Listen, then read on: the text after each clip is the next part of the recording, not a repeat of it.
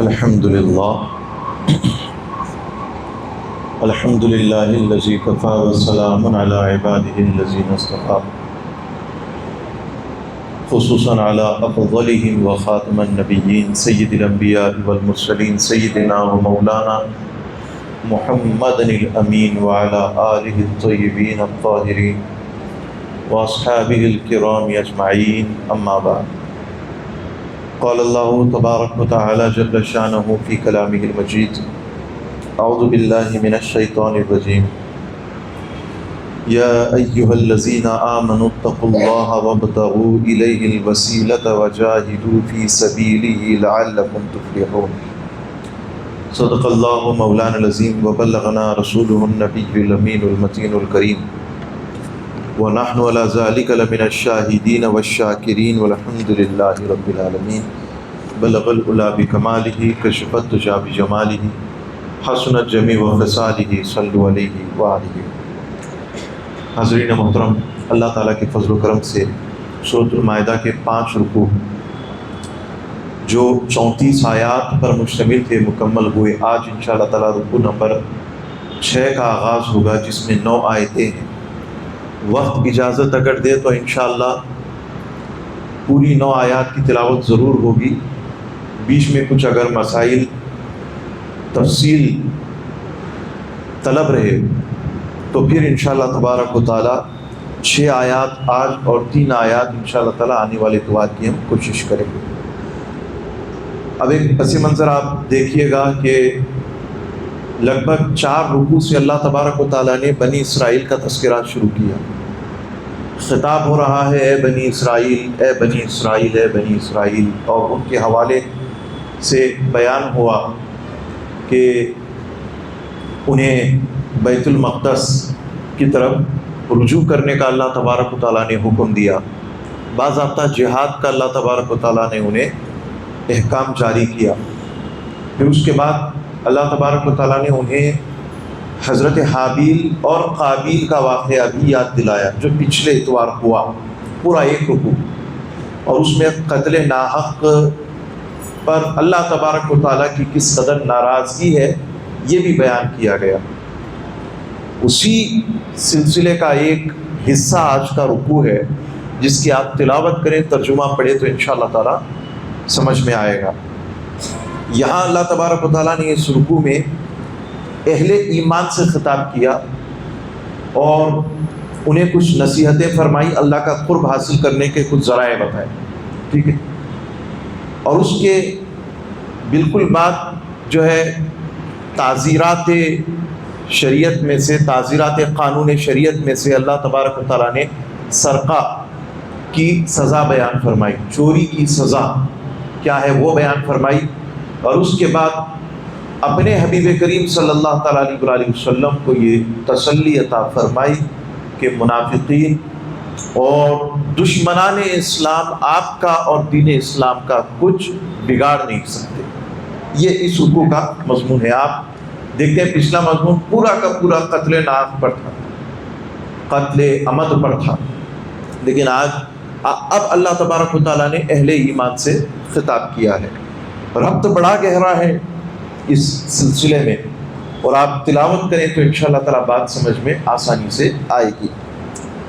اللہ تعالیٰ اہل ایمان سے مخاطب ہو کر کے ارشاد فرماتا ہے یا ایھا الذین آمنوا اتقوا اللہ وابتغوا الیہ الوسیلۃ وجاہدوا فی سبیلہ لعلکم تفلحون.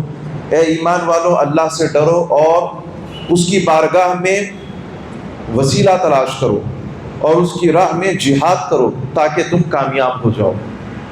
تو اس آیت مبارکہ میں کچھ خاص چیزیں بیان ہوئی ہیں. پہلے اس پر ہم اس کی فہرست بناتے ہیں. سب سے پہلے ہے ایمان، دوسرا ہے تقویٰ، تیسرا ہے تلاش کرنا، وابتغوا، تلاش کرنا. تلاش کرنا، تلاش اس چیز کو کیا جاتا ہے جو آسانی سے میسر نہیں ہوتی،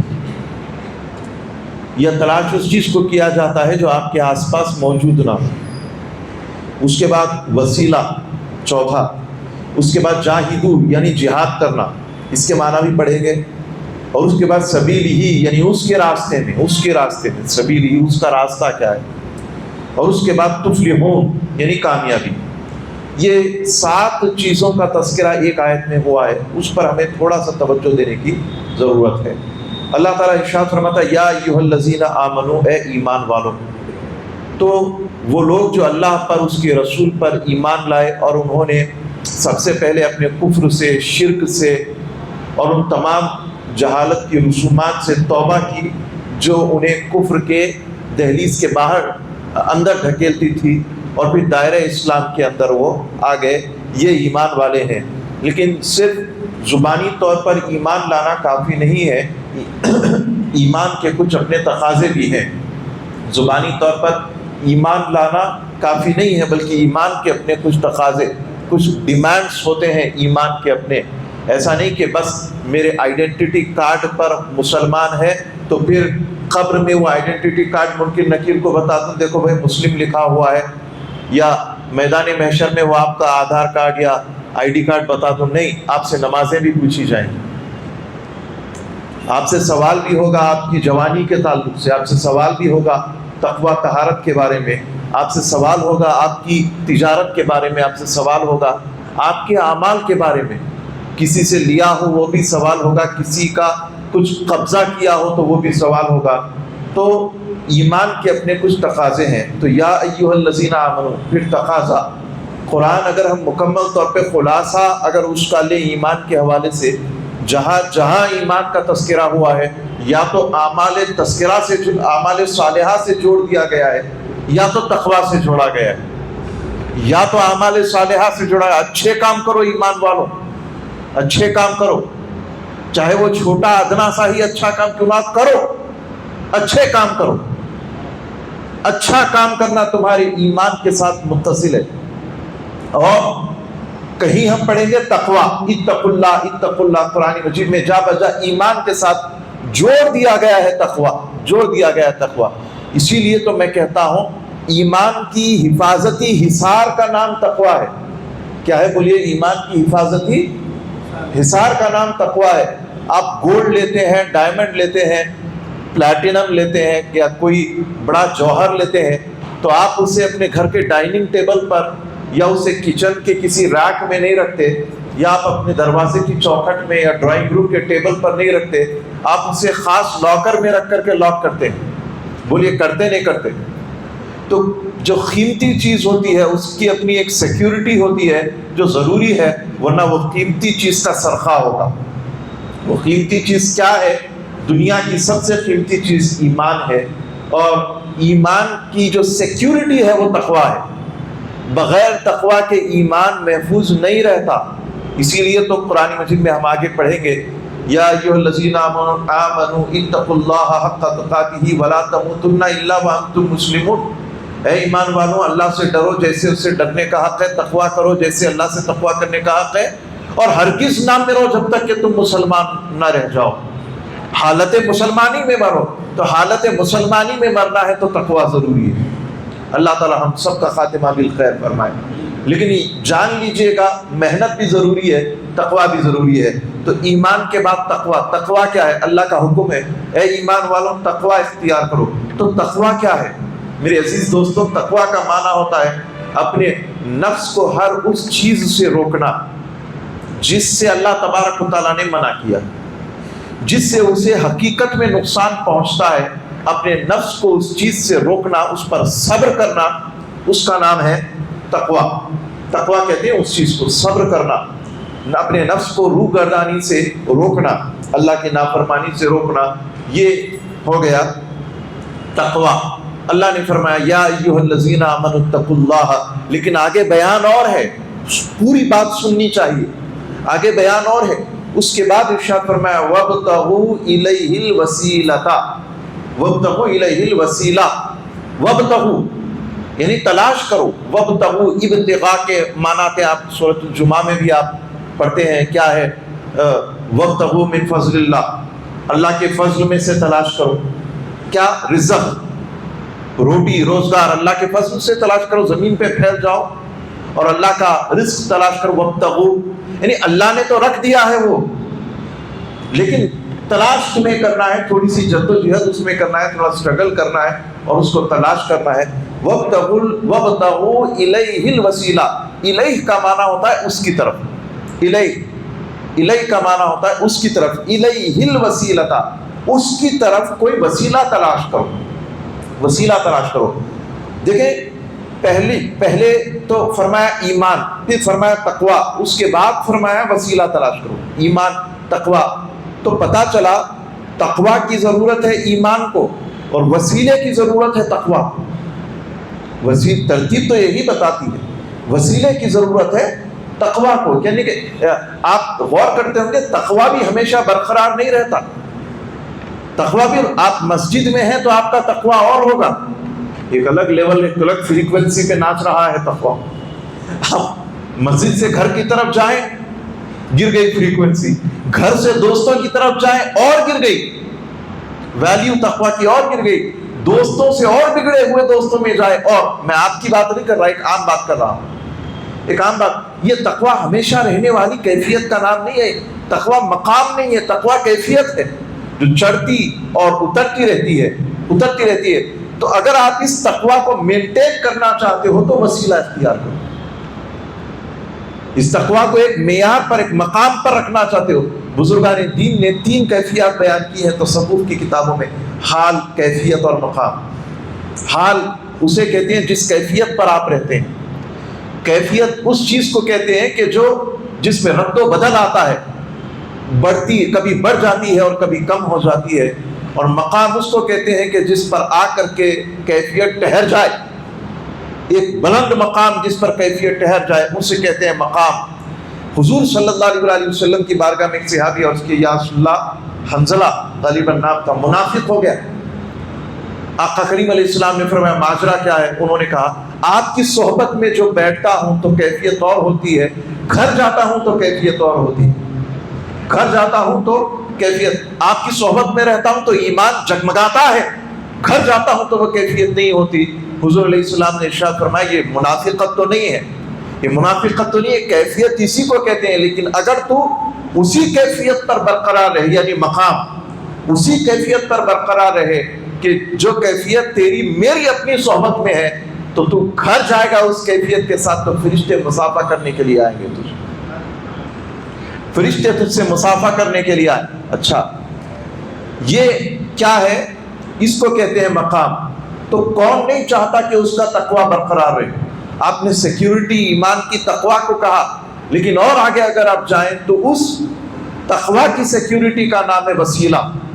وسیلہ بہت ضروری ہے، وَابْتَغُوا إِلَيْهِ الْوَسِيلَةَ۔ تو کچھ مترجمین نے وسیلہ کے معنی بیان کیے قرب الہی کے، اللہ کا قرب، اللہ کا قرب۔ تو اس کا معنی کیا ہوا؟ اے ایمان والو، اللہ سے ڈرو اور اللہ کا قرب تلاش کرو، اللہ کا قرب تلاش کرو۔ لیکن اس کے ایک اور معنی جمہور مفسرین نے اور احادیث کی تائید کے ساتھ یہ بیان فرمائے کہ اللہ تعالیٰ کی بارگاہ تک پہنچنے کے لیے اللہ والوں کو وسیلہ بناؤ، کسی ذریعے کو اپنا وسیلہ بناؤ، اللہ والوں کا وسیلہ بناؤ، یا عبادتوں کو وسیلہ بناؤ، یا صدقہ خیرات کو وسیلہ بناؤ۔ صدقہ خیرات یہ بھی وسیلہ ہے۔ آپ دیکھیں حضور صلی اللہ علیہ وسلم کا ارشاد عالی شان ہے، صدقہ اللہ کے غصے کو ٹھنڈا کرتا ہے۔ اب بولیے صدقہ وسیلہ بنا یا نہیں بنا؟ وسیلہ بن گیا۔ صدقہ بلاؤں کو ٹال دیتا ہے، صدقہ وسیلہ ہو گیا بلا کو ٹال دینے کا۔ وہ بلاؤں کو آمادہ کیا تھا آپ کے اعمال نے، آپ کے اعمال نے ان بلاؤں کو آپ پر آمادہ کیا تھا، اور پھر آپ کے ایک اور عمل ہی نے تو جو آپ کے اپنے جو آپ کا اپنا نقصان پر بھی آپ کا عمل وسیلہ بن رہا ہے، اور جو آپ کا فائدہ ہے، فائدے پر بھی آپ کا عمل وسیلہ بن رہا ہے۔ آپ کے اپنے اعمال ہیں جو بہر صورت وسیلہ بن رہے ہیں۔ برا عمل نقصان کے لیے وسیلہ بن گیا، سزا کے لیے وسیلہ بن گیا، اور اچھا عمل جزا کے لیے اور راہ نجات کے لیے وسیلہ بن گیا۔ اچھے اعمال کا وسیلہ پیش کرنا ہے۔ اسی طریقے سے کئی واقعات ہیں جس میں یہ بیان کیا گیا ہے کہ کیسے لوگوں نے اپنے اعمال کا وسیلہ اللہ کی بارگاہ میں پیش کیا ہے۔ مشہور واقعہ ہے کہ کتابوں میں مذکور ہے مذکور ہے کہ لوگوں نے اپنے اپنے اعمال کے وسیلے دیے تو اللہ تعالیٰ نے ان کی مشکلات کو دور فرما دیا۔ اعمال کے وسیلے، اچھے اعمال کریں وہ آپ کا وسیلہ بنے گی۔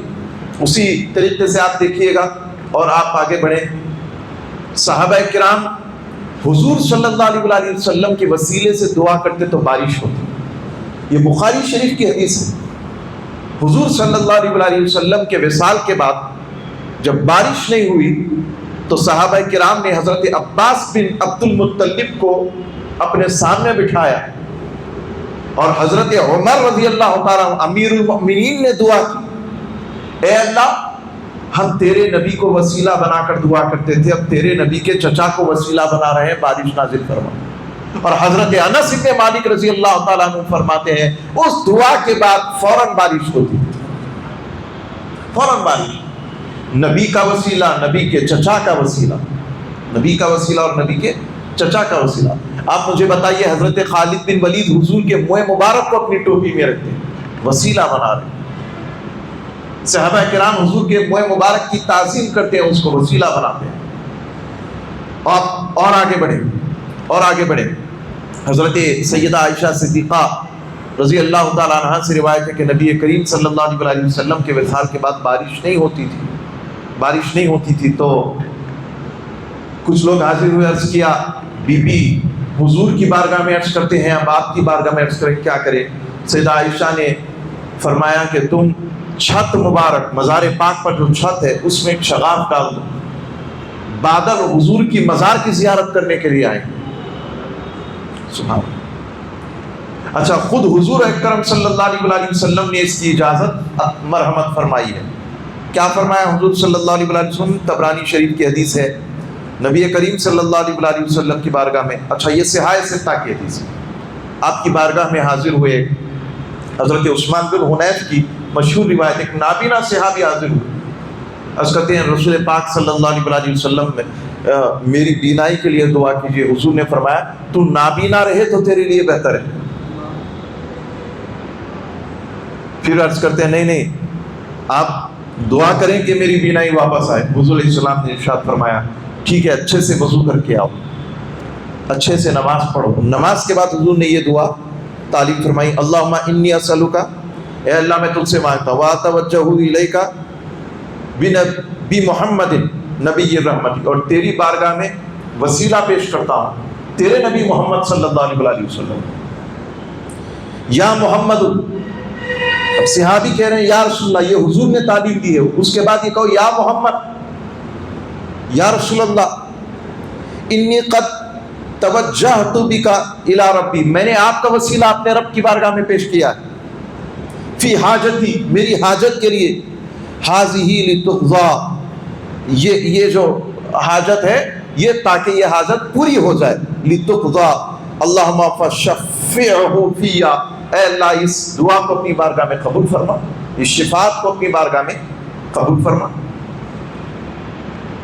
تو راوی کہتے ہیں کہ اسی وقت وہ صحابی اپنے مصلی پر سے اٹھے نہیں تھے کہ اللہ اکبر انہیں بینائی عطا ہو گئی۔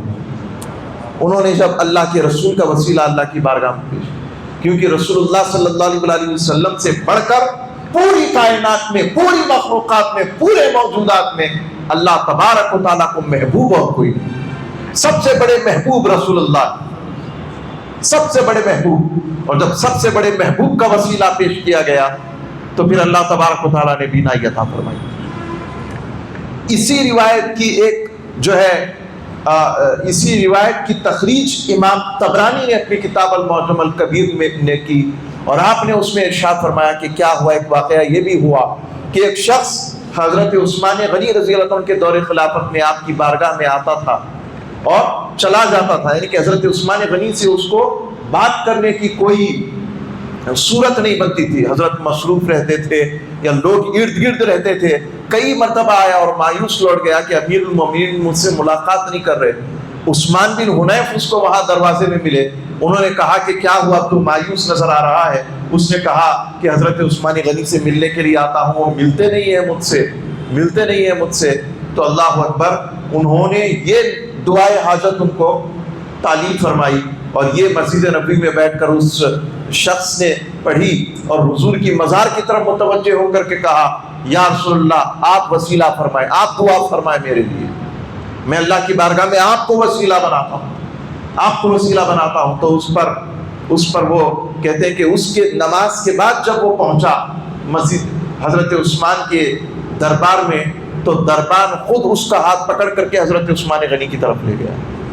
یہ سب روایت کے الفاظ ہیں طبرانی کے۔ امام حاکم نے المستدرک علی الصحیحین میں سے نقل کیا ہے اور فرمایا کہ بخاری مسلم کی صحت کے اعتبار سے، اصول کے اعتبار سے یہ حدیث صحیح ہے۔ کیا فرماتے ہیں کہ حضرت آدم علیہ السلام نے اپنی توبہ کی قبولیت کے لیے سرکار مدینہ کو اپنا وسیلہ بنایا صلی اللہ علیہ وآلہ وسلم، حضور کو اپنا وسیلہ بنایا۔ تو عزیزان محترم، ماں باپ وسیلہ ہوتے ہیں، چھوٹے بچے وسیلہ ہوتے ہیں، کبھی کبھی جانور وسیلہ ہو جاتے ہیں، لیکن سب سے معظم وسیلہ کیا ہے کہ کسی مقام مقدس کو اپنا وسیلہ بنانا یا کسی ہستی کو اپنا وسیلہ بنانا، یہ بہت زیادہ مبارک ہے اور بزرگان دین سے یہ مجرب ہے۔ اب سوال یہ پیدا ہوتا ہے کہ جب اللہ تبارک و تعالیٰ ہر چیز دینے پر قادر ہے تو وسیلہ کیوں پیش کرا ہے اللہ کی بارگاہ میں؟ سیدھا اللہ سے یہ کہہ کے مانگ لے یا اللہ مجھے دے، کیا اللہ نہیں دے گا؟ ادعونی واستجب لکم، کیا یہ غلط ہے؟ تو نہیں جناب والا، یہ تو بالکل درست ہے، اللہ تو ضرور دے گا، اللہ ضرور دے گا، لیکن یہ بھی تو اپنی جگہ حق ہے کہ تمہارے اپنے اعمال سے اگر اللہ تبارک و تعالیٰ تم سے ناراض ہو جائے تو اللہ تعالیٰ کو راضی کرنے کے لیے اللہ کے محبوب کا وسیلہ پیش کیا جائے، اللہ تعالیٰ کو راضی کرنے کے لیے اس کے محبوب کا وسیلہ پیش کیا جائے۔ اللہ اکبر۔ اب میں 2-3 چیزیں یہاں پر قرآن ہی سے دینے کی کوشش کروں گا، یعنی کہ اس آیت میں لفظ وسیلہ سے قطع نظر، یعنی کہ اس میں کوئی کہے کہ اس وسیلہ سے مراد وہ وسیلہ نہیں ہے، تو آپ دیکھیں ہم سورہ آل عمران میں پڑھ کر آئے ہیں، کیا پڑھے ہیں کہ حضرت زکریا علیہ السلام نے جب دیکھا بی بی مریم کے محراب میں بن موسم کے پھل رکھے ہوئے ہیں تو آپ نے کیا کیا؟ بی بی مریم سے کہا کہ تم ہٹ جاؤ، تمہارے محراب میں مصلی پر بیٹھ کر میں دعا کرتا ہوں اولاد کے لیے۔ اور اولاد بھی کیسی اولاد؟ بڑھاپے کو پہنچ گئے ہیں، بیوی بانجھ ہو چکی ہے، کمر جھک گئی ہے، ریش سفید ہو چکی ہے، اس عمر میں حضرت زکریا نے دعا کی، اے بن موسم کے پھل دینے والے اس بوڑھے کو بھی اولاد عطا فرما دے، اس بوڑھے کو بھی اولاد عطا فرما دے۔ مصلی سے اٹھے نہیں تھے، اللہ تعالیٰ نے اولاد عطا فرمائی۔ پوری مسجد اقصیٰ چھوڑ کر محراب مریم ہی ملا حضرت زکریا کو، پوری مسجد اقصیٰ چھوڑ کر روئے زمین پر جہاں چاہے اللہ کو پکار سکتے تھے، اللہ ان کے لیے ہے، لیکن ایک مقدس مقام کو آپ نے وسیلہ بنایا، کیونکہ آپ جانتے ہیں کہ جب اللہ کے محبوب کا وسیلہ پیش کیا جاتا ہے تو اللہ کی رحمت متوجہ ہوتی ہے، یہ اللہ کی مصلحت ہے۔ اچھا آپ اور آگے بڑھیں، سورہ یوسف میں ہم پڑھیں گے آگے چل کر آیت نمبر 93 سے آیت نمبر 96 تک۔ حضرت یوسف علیہ السلام کے بھائی نے مصر میں آ کر ان سے ملاقات کی، کہا امیر محترم ہم آپ کے بھائی ہیں اور آپ کی فراق میں روتے روتے والد گرامی اندھے ہو گئے ہیں، نابینا ہو گئے ہیں، حضرت یعقوب نابینا ہو گئے۔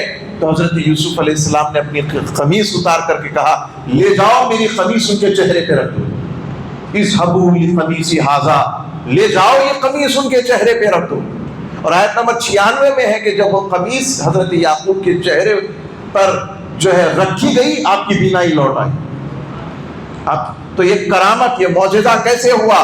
عزیزان محترم یہ معجزہ کسی کافر کو بتانے کے لیے نہیں تھا، وہاں تو سب مسلمان تھے، کسی کافر کو بتانے کے لیے معجزہ نہیں تھا، وہاں تو سب مسلمان تھے۔ یہاں مسلمانوں کو بتانا چاہ رہے ہیں کہ اللہ کا قرب حاصل کرنے کے لیے وسیلہ کتنا ضروری ہے، وسیلہ کتنا ضروری ہے۔ تو عزیزان محترم یہ وسیلے کی کچھ شرعی حیثیت میں آپ کے سامنے بیان کرنا مناسب سمجھتا تھا۔ تو آپ دیکھیں اس سے ہٹ کر علم حاصل کرنے کے لیے استاد کا وسیلہ ضروری ہے، علم حاصل کرنے کے لیے استاد کا، کوئی ہنر سیکھنے کے لیے اس ہنر کے ماہر کا، اس ماسٹر کا وسیلہ ضروری۔ استاد کے بغیر علم حاصل نہیں ہوتا، کتابوں کے بغیر علم حاصل نہیں ہوتا۔ کوئی ہنر سیکھنا ہے، کارپینٹر کا ہی ہنر سیکھنا ہے تو کسی کارپینٹر کا وسیلہ ضروری ہے، اس سے سیکھنا ہوگا۔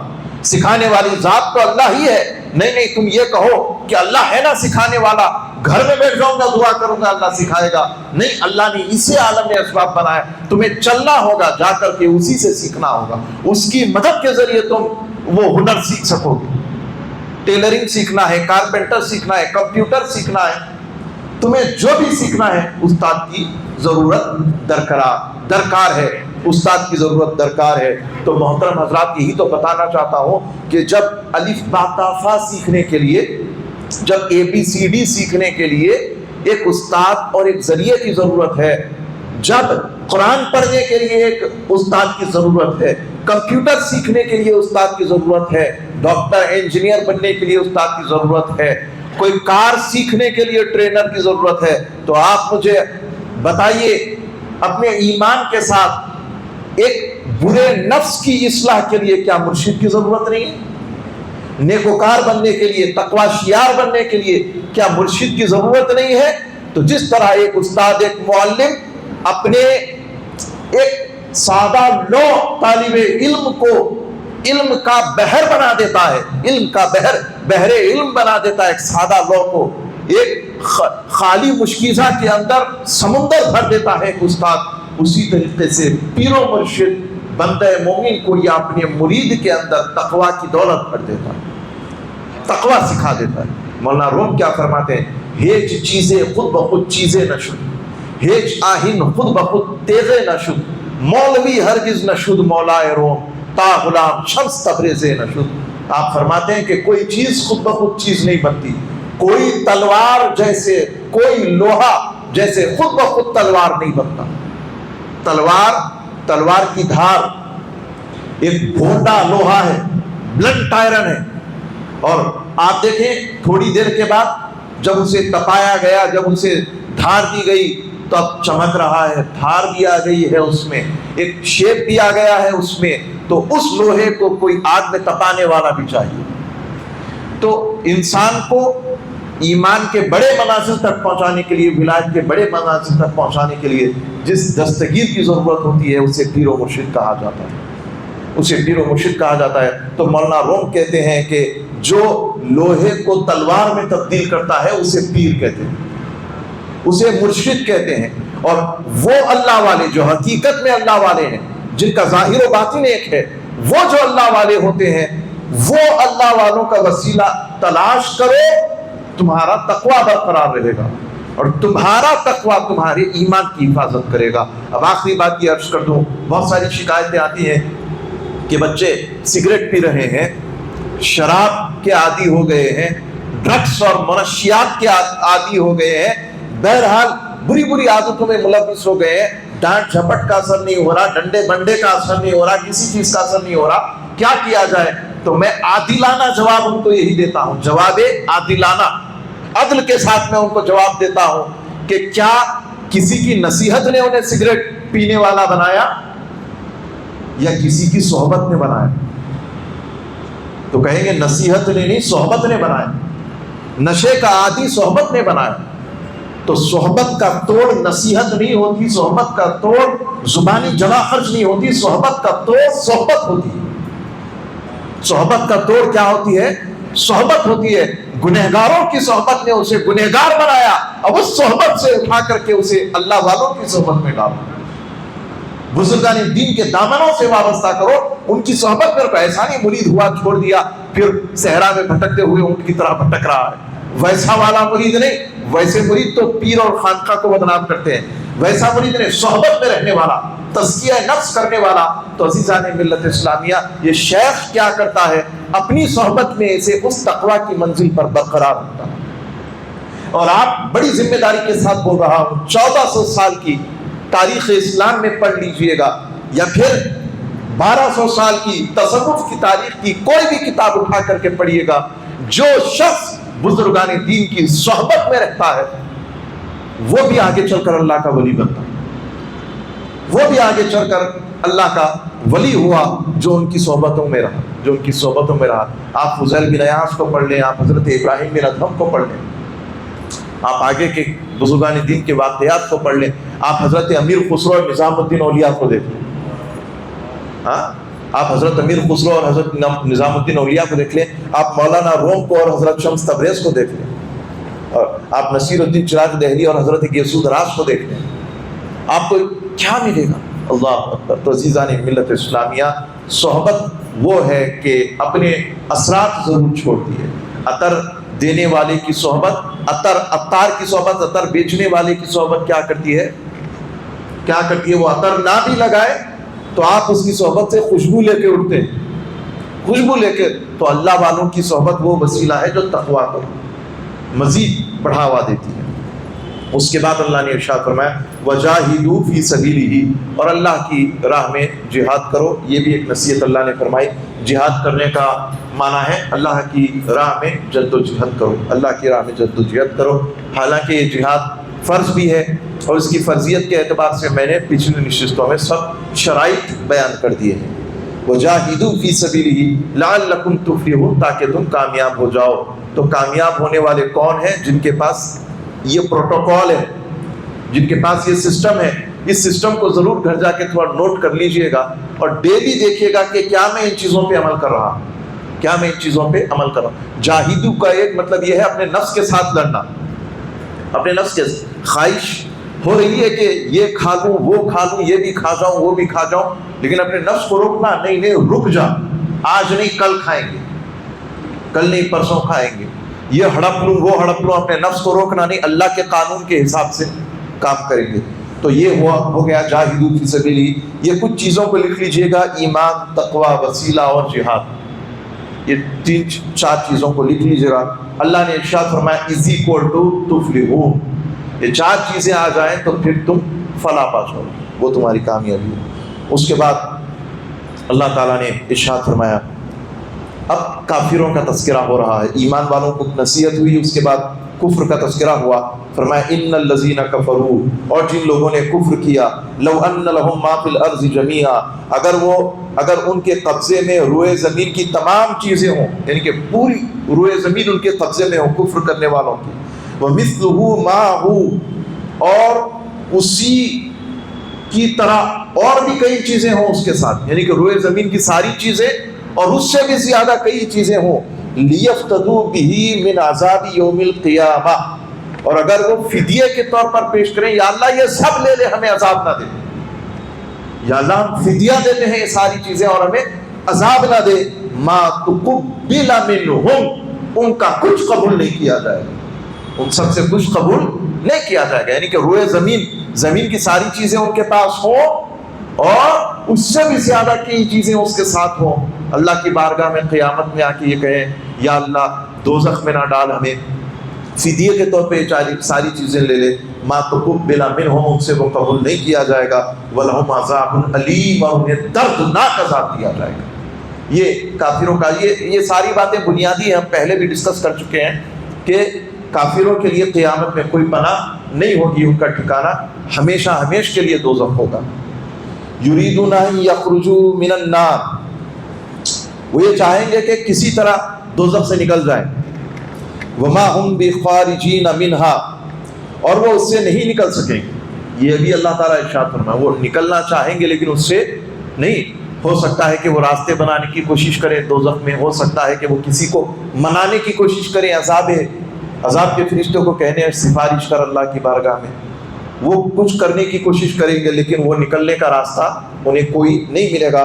وَلَهُمْ عَذَابٌ مُقِيمٌ، اور انہیں ہمیشہ کا عذاب ہوگا، مقیم یعنی قائم رہنے والا عذاب ہوگا۔ اللہم اجرنا من النار یا مجیر یا مجیر یا مجیر۔ اب آ رہی ہے وہ عظیم آیت جس میں چوری سرقہ کی تعزیر بیان ہوئی ہے۔ والسارق والسارقۃ، چوری کرنے والا مرد اور چوری کرنے والی عورت کو کہ فقطعوا ایدیہما، چوری کرنے والا مرد اور چوری کرنے والی عورت کے ہاتھ، دونوں ہاتھوں میں سے ایک ہاتھ کو کاٹ دیا جائے، جزاء بما کسبا، یہ ان کے کیے ہوئے کی سزا ہے، جو انہوں نے کیا ہے یہ اس کی سزا، یعنی کوئی یہ بول نہ سکے کہ اتنی بھیانک سزا نہیں، یہ سزا تو ہے ان کے لیے۔ نکالا من اللہ، اور اللہ کی طرف سے عبرتناک تعزیر ہے، عبرتناک عبرت بہت ضروری ہے. سزا دے دی لیکن عبرت نہیں دلائی. سزا چور کو ہوتی ہے, عبرت دنیا کو ہوتی ہے. وہ سزا اگر عبرت نہ بنے تو پھر سزا کا اتنا جو ہے معنی اور مطلب نہیں ہوتا. عبرت بھی ضروری ہے. عبرت کیا ہے کہ یعنی کہ اس سزا کو دیکھ کر کئی لوگ چور بنتے بنتے رہ گئے, کہا کہ نہیں چوری کریں گے تو یہ سزا ہو, یہ سزا ہو. اللہ واللہ عزیز الحکیم. ہم اس پر ضرور گفتگو کریں گے کہ اللہ تعالیٰ غالب ہے اور اللہ تعالیٰ حکمت والا ہے. اللہ سے زیادہ غالب کون ہے اور اللہ سے زیادہ حکمت والا کون ہے جو اللہ نے سزا رکھی. اس پر سرقہ کیا ہوتا ہے, اس کی شرعی تعریف کیا ہوتی ہے کہ کسی چیز کو جو اس کی اپنی نہیں ہے کوئی شخص چھپے ہوئے طریقے کے ساتھ اس کو وہاں سے اٹھا کر لے جائے اور اپنے قبضے میں رکھ لے, اس کو اپنے قبضے میں لے. کوئی چیز جو ہے کہ ہے کسی مقام پر کسی اور کی ہے, اس کو وہاں سے اٹھائے اور اپنے قبضے میں لے, تو اس کو کہتے ہیں چوری کرنا. اب وہ جو چیز اٹھائی جا رہی ہے اس پر چاروں ائمہ نے گفتگو فرمائی. چیز اٹھائی جا رہی ہے اس کی مقدار کتنی ہو ہاتھ کاٹنے کے لیے. ایسا نہیں ہوتا قانون اسلام میں کہ کسی نے چوری کی اور جو بھی سامنے دکھا اس نے اس کے ہاتھ کاٹ دیے. نہیں, اسے عدالت میں پیش کیا جائے گا, گواہوں کو طلب کیا جائے گا, کیونکہ پوشیدہ طور پہ کیا گیا عمل ہے نا. چوری وہی ہے جو پوشیدہ طور پر کی جائے, جو پوشیدہ طور پہ نہ کی جائے اسے ڈاکہ کہتے ہیں. کھلے عام جو رابری ایک الگ چیز ہے, تھیفٹ ایک الگ چیز ہے. تو یہ یہاں پہ جو ہے چوری کی بات ہو رہی ہے, سرقہ کی بات ہو رہی ہے. گواہ پیش کیے جائیں گے, اس کے بعد قاضی وقت یہ دیکھے گا کہ جو مال اس نے چوری کیا ہے وہ کتنا ہے. تو امام اعظم فرماتے ہیں کہ اگر 10 درہم سے زیادہ ہو تو اس کے ہاتھ کاٹے جائیں گے, ورنہ نہیں کاٹا جائے گا. امام شافعی نے ارشاد فرمایا 3 درہم. امام مالک نے بھی اختلاف کیا, امام شافعی نے بھی اختلاف کیا, لیکن امام اعظم ابو حنیفہ رحمۃ اللہ تبارک و تعالیٰ علیہ فقہاء احناف نے جو روایتیں حضرت عبداللہ ابن مسعود رضی اللہ عنہ سے روایت ہیں اس اعتبار سے, اور حضرت عائشہ صدیقہ رضی اللہ تعالیٰ عنہ کی روایت سے کہ ایک ڈھال کی مقدار, ایک ڈھال جو جنگی آلہ ہوتا ہے اس کی مقدار میں اگر کوئی چوری کر لے تو اس چور کے ہاتھ کاٹے جائیں گے. اور اس کی مقدار ہوتی تھی 10 دینار, 10 دراہم. تو جو 10 دراہم کے برابر چوری کرے تو پھر اس کے ہاتھ کاٹے جائیں. تو یہ امام اعظم ابو حنیفہ رحمۃ اللہ علیہ کا قول. لیکن پوری بات یہ ہوگی, خلاصہ کلام یہ ہوگا کہ اگر کوئی چوری کرتا ہوا نظر آئے تو اسے عدالت میں پیش کیا جائے گا. آپ اسے سزا نہیں دیں گے, سزا اسے قاضی دوران دے گا. یہ دارالخلافت کی میں بات کر رہا ہوں. یہاں ہمارے ملک میں اگر چوری کرتا ہوا کوئی نظر آئے تو ضرور آپ اسے پولیس کے حوالے کریں اور ہندوستان کا قانون اسے سزا دے گا. لیکن اگر ممالک دارالاسلام ہے تو پھر اس کی بات اور ہوگی. والسارق والسارقۃ فاقطعوا ایدیہما جزاء بما کسبا نکالا من اللہ. یعنی کہ ہو سکتا ہے کہ کوئی اختلاف کرے اور کہے کہ اتنی بڑی سزا نہیں دینی چاہیے, تو اللہ نے یہاں پہ 2 وجوہات بیان فرمائی. جزاء بما کسبا, یہ اس کا بدلہ ہے جو اس نے کیا ہے, اور نکالا من اللہ, یہ اللہ تعالیٰ کی طرف سے عبرت بھی ہے تاکہ لوگ اس کو دیکھ کر کے اس عمل سے باز رہیں. واللہ عزیز الحکیم, اللہ تعالیٰ عزیز ہے یا غالب ہے, حکمت والا ہے. فمن تاب من بعد ظلمہ, پھر جس نے اپنے ظلم کرنے کے بعد توبہ کر لی, یعنی چوری کرنے کے بعد توبہ کر لی. دیکھیں اس کے ہاتھ تو کاٹے جائیں گے, وہ توبہ کرے یا نہ کرے, لیکن توبہ کرنے سے جو ہے قیامت میں جو اس کو عذاب تھا, یعنی کہ چوری کرنے والے نے 2 جرم کیے. ایک جرم تو اللہ کی نافرمانی کا, اور ایک جرم اس بندے کا نقصان. تو جو بندے کا نقصان ہے, حقوق العبد تلف کرنے والا جو بندے کا نقصان ہے, اس پر سزا ہے ہاتھ کاٹنا. لیکن جو اللہ سزا دے گا وہ قیامت کے دن ہوگا لیکن ہاتھ کٹے یا نہ کٹے، بہر صورت اگر وہ توبہ کرے تو اللہ تعالیٰ اپنی سزا کو معاف فرماتا ہے، اللہ معاف فرماتا ہے. لیکن قاضی وقت کو اختیار ہے کہ اس کا ہاتھ اس کی توبہ کے بعد بھی کاٹا جائے. فمن تاب من بعد ظلمہ واصلح فإن اللہ یتوب علیہ. تو پھر جس نے اپنے ظلم کے بعد توبہ کر لی اور اپنی اصلاح کر لی، یعنی کہ سدھر گیا، تو بے شک اللہ اس کی توبہ کو قبول فرمائے گا. ان اللہ غفور الرحیم، بے شک اللہ تبارک و تعالی بخشنے والا ہے اور رحم فرمانے والا ہے. الم تعلم ان اللہ لہ ملک السماوات والارض، تو اے مخاطب کیا تو نے نہیں جانا کہ بلا شبہ تمام آسمانوں اور زمینوں کا مالک اللہ ہے. یہ آیت مبارکہ کئی مرتبہ آ رہی ہے، جہاں جہاں اللہ کا قانون ڈسکس ہوگا وہاں یہ آیت آتی ہے. کیوں آتی ہے؟ کیونکہ بادشاہی تو قانون بناتا ہے اور بادشاہی کا قانون ہونا چاہیے. یعذب من یشاء ویغفر لمن یشاء، وہ جسے چاہے عذاب دیتا ہے اور جسے چاہے بخش دیتا ہے. واللہ علی کل شیء قدیر، بے شک اللہ تبارک و تعالی ہر چیز پر قادر ہے. عزیزان محترم، آج 16 ربیع الثانی 1446 ہجری 20 اکتوبر 2024 اس اتوار ہم نے پڑھا کہ ایمان، تقوی، وسیلہ اور جد و جہاد، یہ 4 چیزیں انسان کو کامیاب کرتی ہیں.